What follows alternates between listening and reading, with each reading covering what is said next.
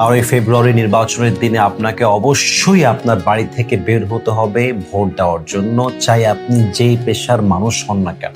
আমার মেসেজটা হচ্ছে, আমি কোনো দলের পক্ষে ভোট চাচ্ছি না, বাট আপনি যদি চান সৎ যোগ্য নেতৃত্ব আপনার শহরে থাকবে, আপনাকে ভোটের দিন অবশ্যই বের হতে হবে, যেন কোনোভাবে কোনো অযোগ্য ব্যক্তি, কোনো চাঁদাবাজ ব্যক্তি, কোনো এমন ব্যক্তি যে সারাটা জীবন সন্ত্রাসী করে খেয়েছে, যার ইমানের ঠিক নেই, চরিত্রের ঠিক নেই, তাকওয়ার ঠিক নেই, এমন কোনো লোক যেন দলের ভোট ব্যাংকের মাধ্যমে পার্লামেন্টে যেতে না পারে। দ্যাট ইজ ইউর রেসপন্সিবিলিটি, এটা আপনার দায়িত্ব।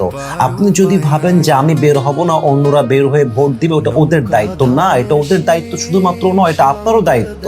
আপনি যদি সৎ লোককে ক্ষমতায় দেখতে চান, সৎ লোকের নেতৃত্ব চান, আপনাকে নিজে বের হয়ে ভোট দিতে হবে এবং আপনাকে সৎ, ইনসাফ এবং যোগ্য নেতৃত্ব নির্বাচন করতে বাড়ি থেকে বের হতেই হবে।